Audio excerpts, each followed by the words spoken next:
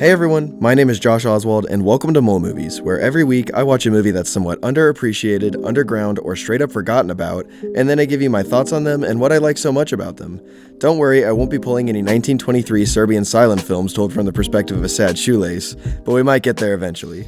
So with all that out of the way, let's get talking about today's film, The Master, directed by Paul Thomas Anderson and released in the US on September 14th, 2012. Set in post-World War II America, this film follows Freddie Quell, who's an obviously unwell veteran trying to reintegrate back into society, but this proves to be more difficult than expected.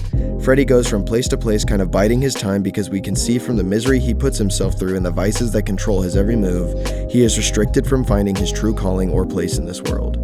This is when he meets Lancaster Dodd, someone who seems fairly down to earth and willing to help someone going through such an odd transition phase in their life, but he's a little more than a good Samaritan.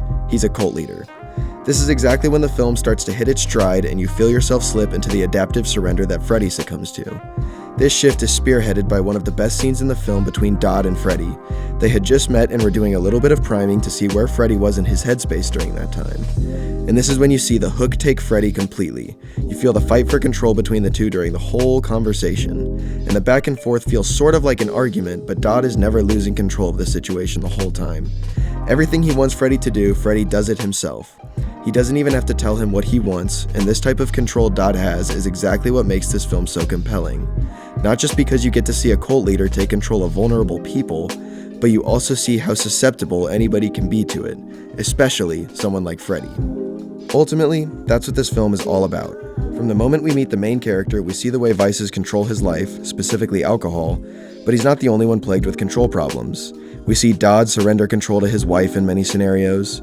Obviously, Dodd takes control of many people throughout the film and uses them to his benefit, and we see the way the military uses its soldiers and how that affects them long term. Simply from beginning to end, we see the destructive nature of control on all fronts, from the government to relationships to vices and obviously cult leadership. Control has a destructive presence in this film, and it shows you how the world we live in is built around telling you how to live and what to do, and we see just how unhealthy that mentality really is.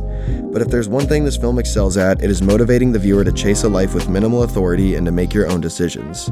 While maybe not in a chase your dreams type of way, but definitely in a way that flips the bird to Big Brother and any other overpowering authority figure. However, I'm gonna have to leave it there. This film is full of depth and deception, so watch this where you can and form your own opinion. I would give The Master a 9 out of 10, and I highly recommend this to anyone who enjoyed films like There Will Be Blood, First Reformed, and Fight Club. Thanks for watching, and see you next week.